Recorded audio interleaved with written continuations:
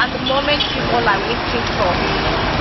Today is Monday, the 27th of July 2020 on djchristdtv. My name is Lucky Back. Believing will make your day. Thank you. Let's have a watch of what is happening in the beautiful hometown of the honorable member representing Shandam Mekong Fanfan in the person of Honorable Consol Longap.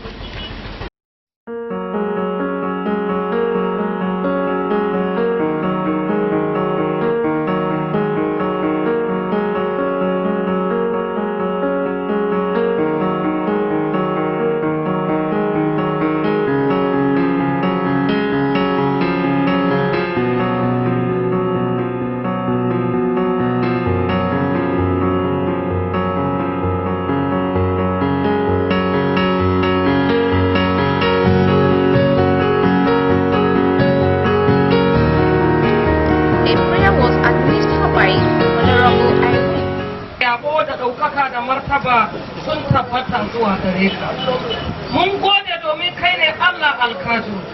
Mun gode domin babu misali irin ka. Ba a kwatanta ka da wani Allah. Ba a kwatanta ka da mutum. Ba a kwatanta ka da wani abu. Ubangiji Allah muna gabanka. Muna ɗaukaka ka muna maka yabo muna godiya domin babu abin da za mu ce illa mu ce maka mun gode. Mun gode domin wannan kyakkyawan rana da ka sada. Mun gode domin jama'a da suka hallara a nan. Mun gode domin shi ɗanka bawanka Alphonsus Longa Komson. Mun gode domin wannan rana da ya kira jama'a su zo nan domin yana da abin da zai ce da kuma abin da zai ba su.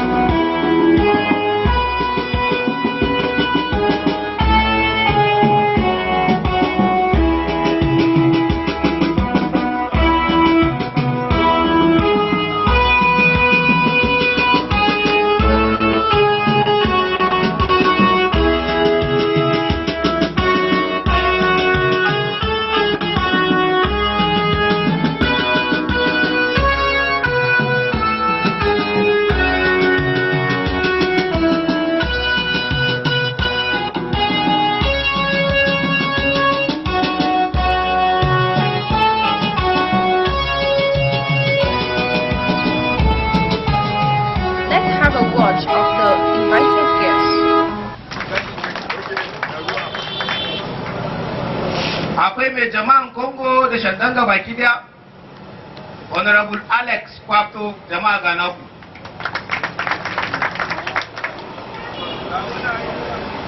Akwai Honorable Paul Fortnan. Akwai Honorable Hassan Mai Madara, former Secretary Jos North Local Government. Akwai Honorable UC Izam, is there in our midst too.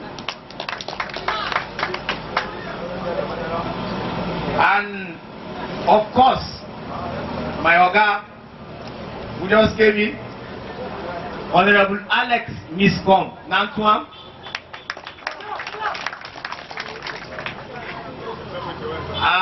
The Deputy Chairman of the Council, Welcoming Honorable William speech was observed by the local government chairman, Honorable Miscom Alex Antoine and Irene Enter.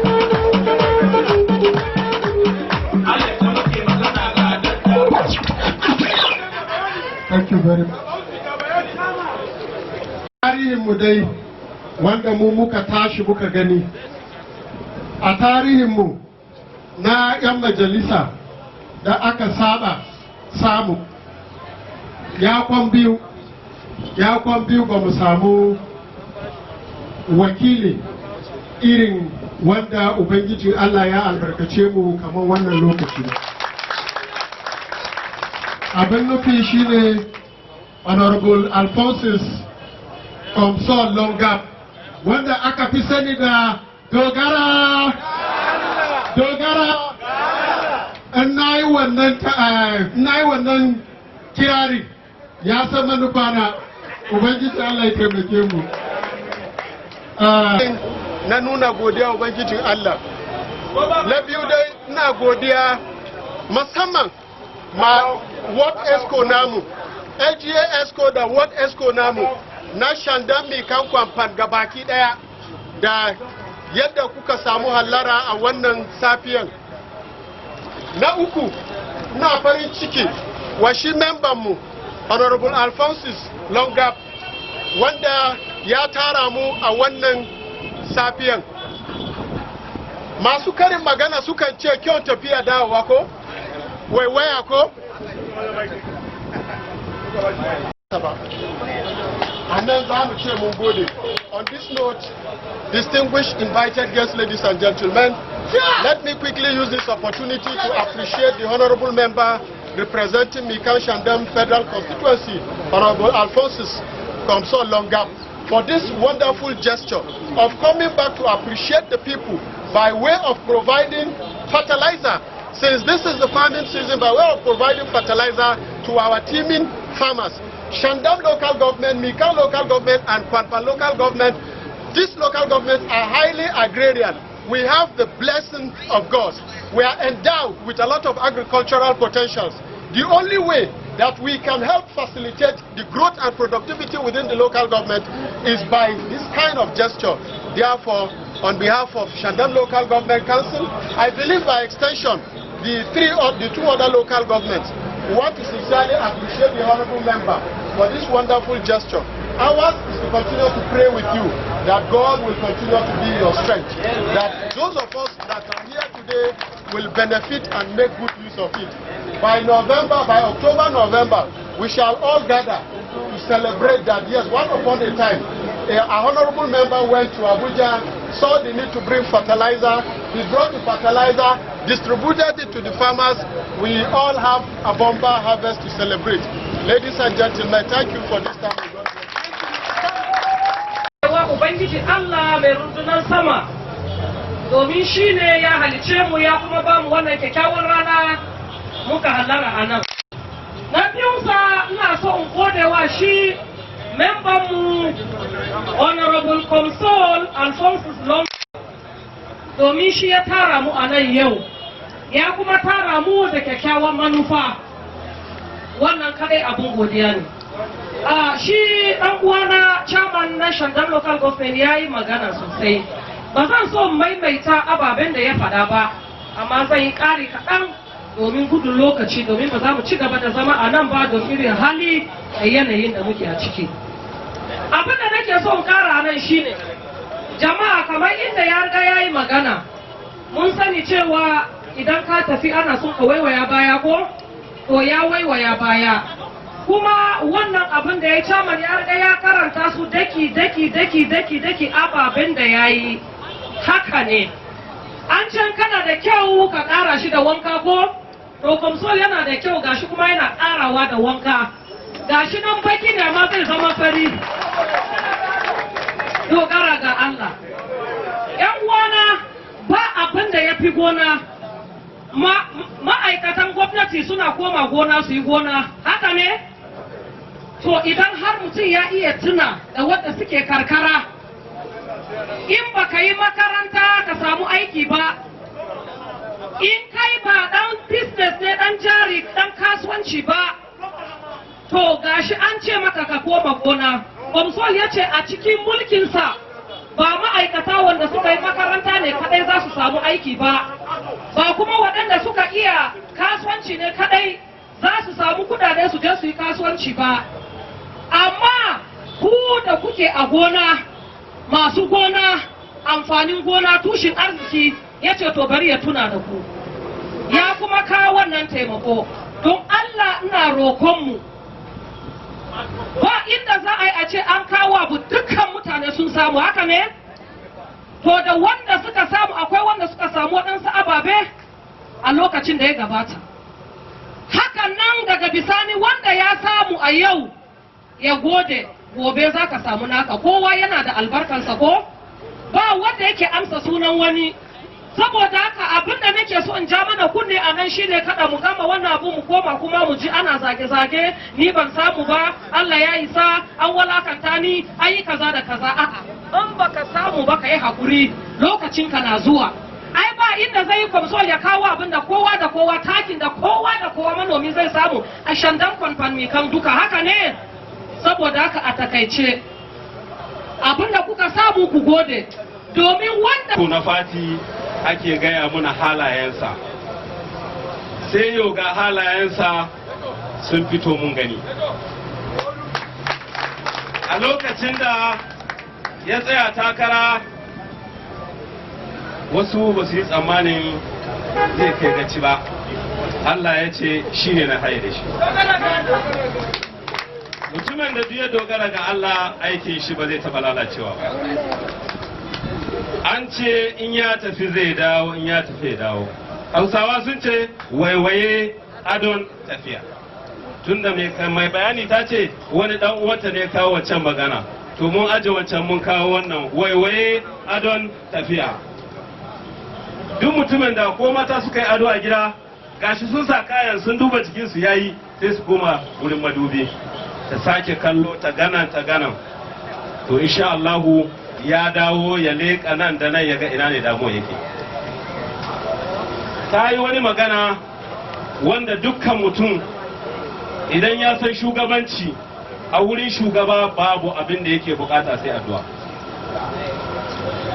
Duk mutumin da yake zagin shugaban shi, wannan mutumin bai san menene addininsa ba. In Allah ya cire maka shugaba, shi yasa aka ce duk wanda Allah ya bashi shugabanci, idan ka ce za ka yi adawa da abin da Allah ya bashi, ba kana yi da shi bane, kana yi da ubangijinka ne, domin ubangijinka ne ya bashi wannan mulkin. Kai mishi addu'a ya tuna da ku, ya zo ya yi muku albarkar wannan abin da ya je ya samu. Mune maka addu'a da fatan alheri, mune maka addu'a da fatan alheri, kuma mune maka kyawun zato da cewa za ka tuna baya, ka zo ka yi sanyin da za ka riƙe mutane domin gina muna wannan fati. Domin ba za ka yi daukan ka bane, za ka yi don jam'iyyar APC ne ta kahu a wannan jiha. Kuma mun ga alaman insha Allahu constituency ɗinka za ka iya riƙe shi tsakaninka da Allah.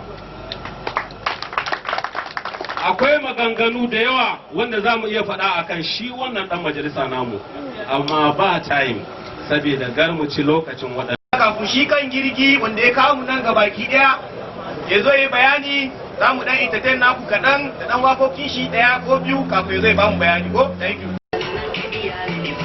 In Comsol opening speech, he observed the rule of NCDC.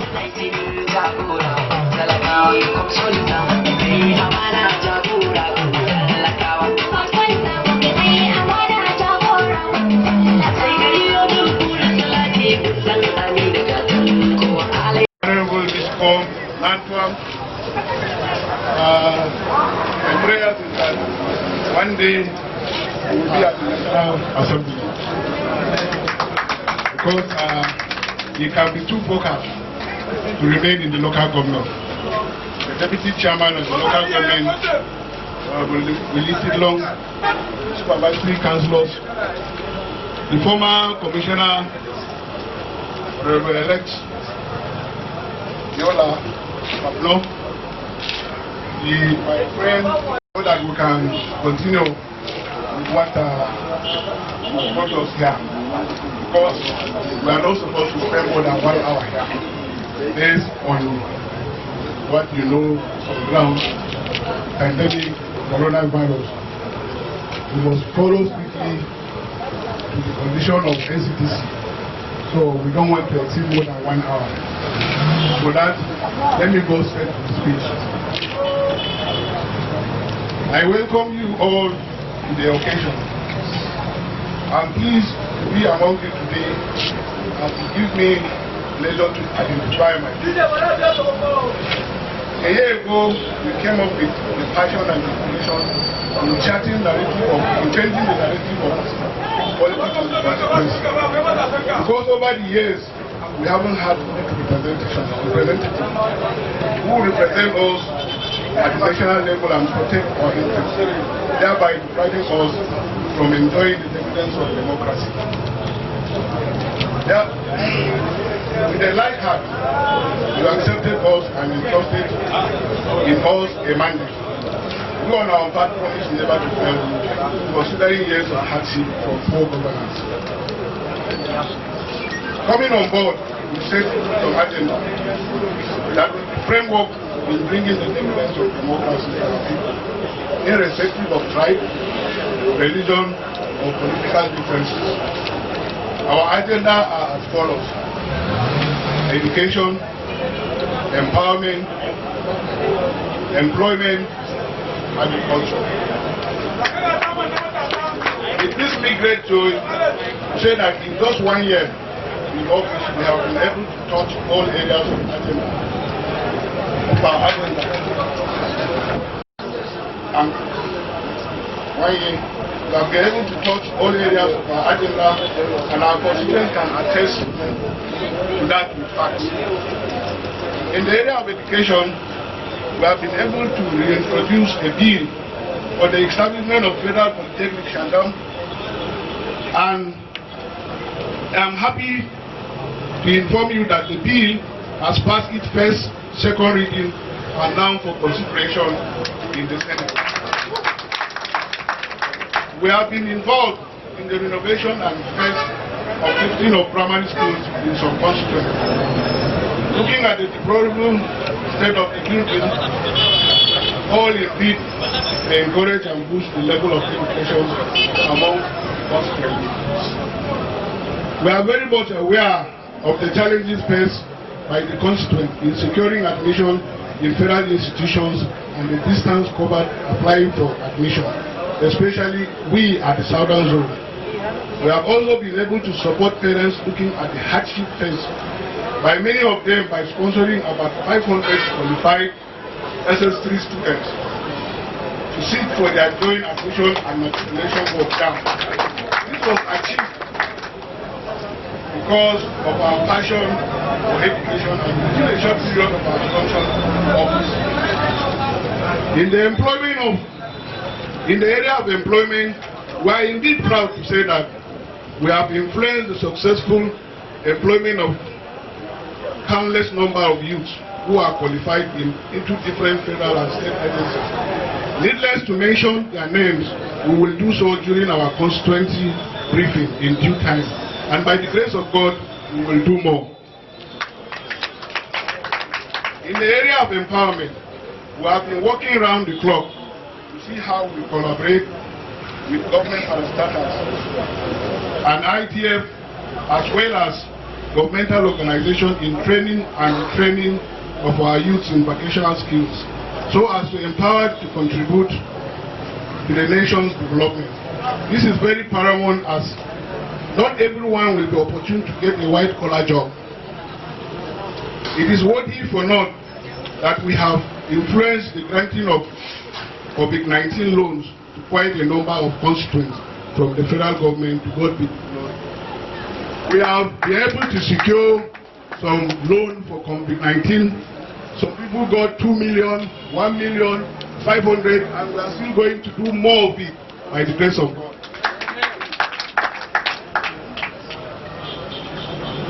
In the aspect of agriculture, we are very pleased to inform you that we have sponsored a bill for the establishment of Federal University of Agriculture, NAMU. There is no doubt the major occupation of our constituent is farming, and therefore the need for establishing an agricultural institution which will further educate the people and avail them the opportunity of knowing modern trends in farming and further broaden the knowledge on large-scale farming.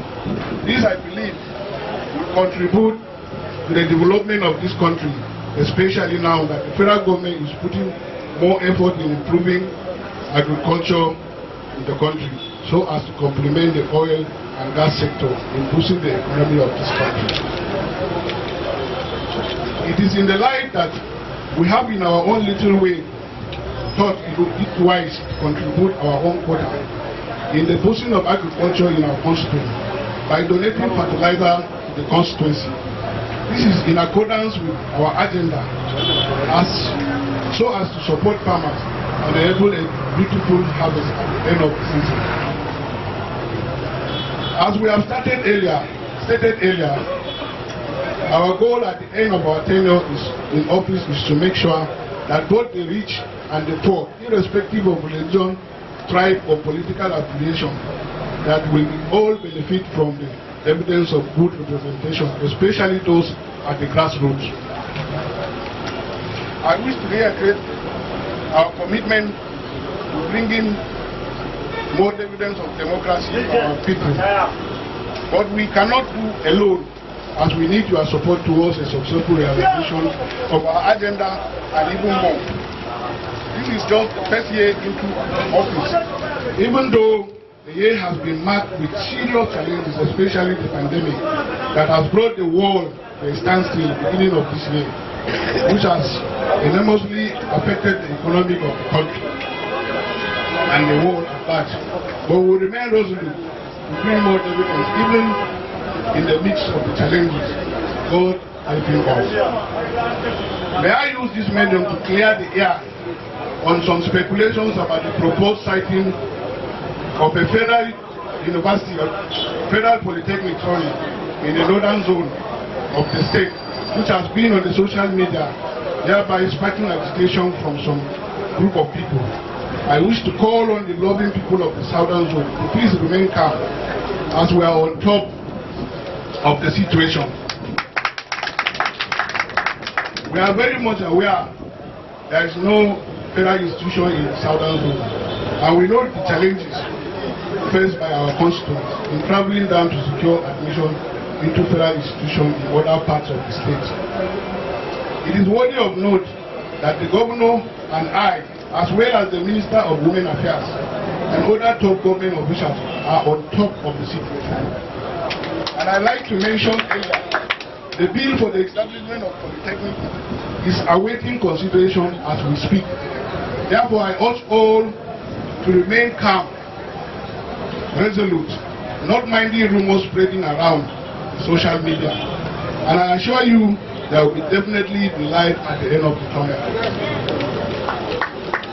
Furthermore, I want to use this opportunity to thank the Executive Governor of Plateau State, Right Honorable Barrister Simon Bakolalo, the Chairman Northern Governors Forum, for his unending support.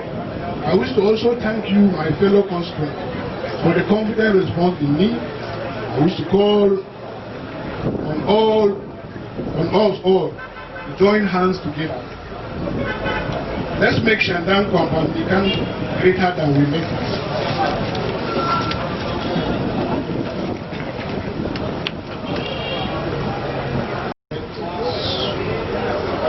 Finally, I wish to quickly remind us of the need to please adhere strictly to the guidelines put in place by NCTC and also measures put in place by government to safeguard our life. This virus is still on the increase. It is still infecting thousands and killing more. Let us stay safe. Long live Shandam local government, Shandam Kwampan Capital Constituency, long live Plateau State, and long live Federal Republic of Nigeria. We have put in a APC Kadeba, ni na mutanen Shandam Kwampan Kange. Zan tashi raba abu. Kun ga waɗansu PDP sun samu, waɗansu Abga sun samu. Ce komson ya fara yin da PDP yanzu mun koma gwamnati ne yanzu domin chairman karan kanshi akwai sauran mutanen da akwai wanda ba sa ma party so in ka ce za ka yi da party ne kadai za ka yi a su so yanzu mun koma gwamnati ne in mun zo yin irin wannan abubuwa din za mu yi tare da wanda suke PDP da wanda suke Abga da suke wani sauran party dogara ga Allah. Any moment, abin da ya faru da ni kan da kuru kasai da sauran wurare na riga na rubuta ko na zo ko ban zo ba wannan gari na ne ina zaune a can an ce mini wani wuri a Muwab ya tafi na san Muwab in wani ya ce mun wai Bangjem ya tafi na san Bangjem wani wani ya gaya min cewa lazari ya tafi na san inda wurin yake. So saboda haka na riga na rubuta kuma ina bin baya. Abinda ya zuba ba za ka diba shi duka ba. Abinda mun samu za mu kama mutanen Mikan, za mu kama mutanen kurun lazari. Wannan abinda muke yi ba ni kadai nake yi ba, muna haɗa hannu tare da shi chairman. Duk wani abin da na rubuta ina kira ga abin da na rubuta. Haka magana da ita minista, ina magana da shi ma gwamna.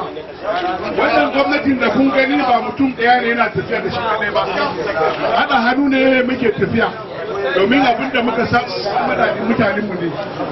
Saboda haka kamar maganan polytechnic, kun ji ana rubuta a social media cewa wani dan majalisa ya tashi ya ce yana son a kai shi a garin abokina a taɗi. Wannan an yi siyasa ne na dodolido. Shi ya riga ya sani cewa mun kama gaba. Yaya za a yi muna APC wani yana PDP ya kwace wani abu a gabanmu ya yiwu? Mai fadawawa ne mai ji mai waye ne. So saboda haka gwamna karan kanshi ya je ya gan minista, ya je ya gan famsek, ya gan minister of state, ni na je na gan minister of state na education, abokina ne kut da kut dare da rana muna tafi. Domin da yana majalisa ne aka ba shi minista, kujera na tare da shi ga kujeran shi ga kujera na. Christopher mai yaki, Chris mai yaki. Wani na kuna mishi godiya. In ba haka ba bari ga muku inda ba Chris mai yaki ba. Muna nan muna namu na mulki, muna namu na motion, muna namu na surutu. Ana son a dauke mu ta baya. Shine ya je ya binciko abin, yana wurin ya kira ni. Yana kira na kira gwamna ya tashi ranar ya zo a fita. To mun zo mun hada hannu, ita Mrs. Talent ta zo. In Allah ya yarda na kira muku. In Allah ya yarda kira polytechnic ta zama shangam diamond kara. To saboda haka wannan takin da za mu bayar taki za mu bada wannan taki. Mun tashi daga nan tare da mu da su chairman da chairmomin party za mu je domin kowa ya je gan taki din a cikin store don ba za mu iya fitar da shi a nan gaba daya ba. Kuma kowane ESCO member na party da muna da ku ESCO na party Shandam Kwamfamikan muna da ku 945. Kowane ESCO zai samu ko daya. Kuma ina son faɗa da babban murya, ba wanda zai biya naira ɗaya a kan taki. Kuma za mu ba da kudin mota ma kowane ward chairman ya dibi takin nan ya kai, kara zai ce ma wani ya ba shi kudin taki. Saboda haka wannan takin da muka kawo sake maimaita, kuma takin nan kyauta ne. Kar wani biya naira ɗaya ba wani. In an baka taki in ya kai kanka kyauta ne za a baka. Sauran jama'a wanda ku ba ESCO ba, mun ba ku taki za ku biya kudin motar ku tafi da shi.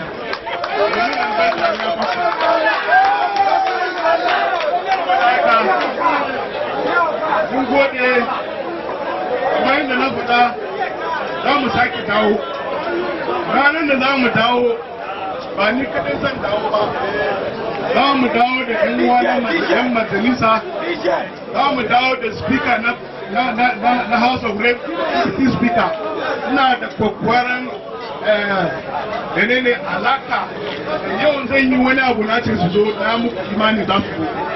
To saboda haka ina da kaya, za mu zo mu raba shi lokacin da ya kamata.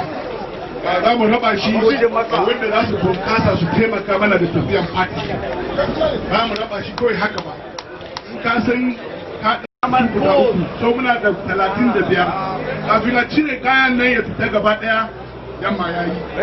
Saukar mu sa waɗansu ku saya, wanda dama akwa cikin ESCO sai ku dawo gobe da safe akwai allocation in ka gan akwai sunanka za ka cire a saka akwai sunanka za ka cire a saka domin mu yi abin a cikin tafiya daidai saboda haka na gode executive chairman za ka tashi za ka yi demonstrating kira wani world chairman su zo a mika musu taki din one after the other so da in mun je sai su karba takin su daga can lokacin mun gani mu za mu zan raka ka zuwa ofis domin dole ne in ɗanka ya yi girma ka ba shi daraja shi ya kamata da na je na same shi a ofis ya ce a yana zuwa to ni ma zan domin mu tashi tare na gode Allah ya taimake mu. The fertilizer was shared to escorts of the 3 local government, Shandam, Mikang, Kwanpang.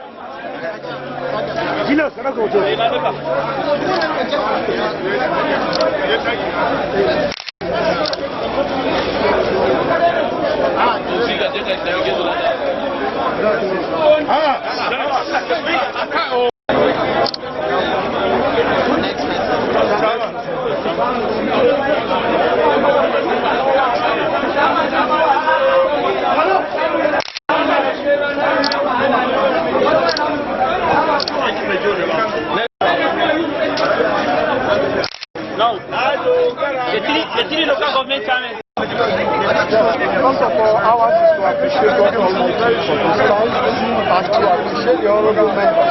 Of course, so longer member representing the council and federal constituency and the great chambers. We are indeed happy because this has been the desire of Nigerians for long. Coming from an agrarian area, he has seen the people to fully come back and appreciate the people of Shandam by the provision of this fertilizer to our teeming farmers. This, we think, is in line with the federal government policy on agriculture. And this will boost agricultural production for the year 2020 and beyond. We are indeed asking ours to continue to pray with him, to pray with members of his family, and to pray that God will give him more strength to carry out such benevolence. The beneficiaries express their gratitude to the members of the executive,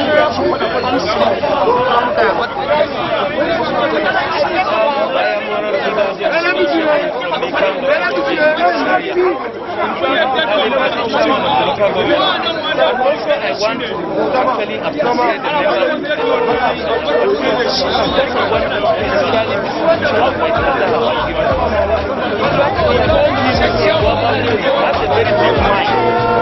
These are the type of people who want to make their own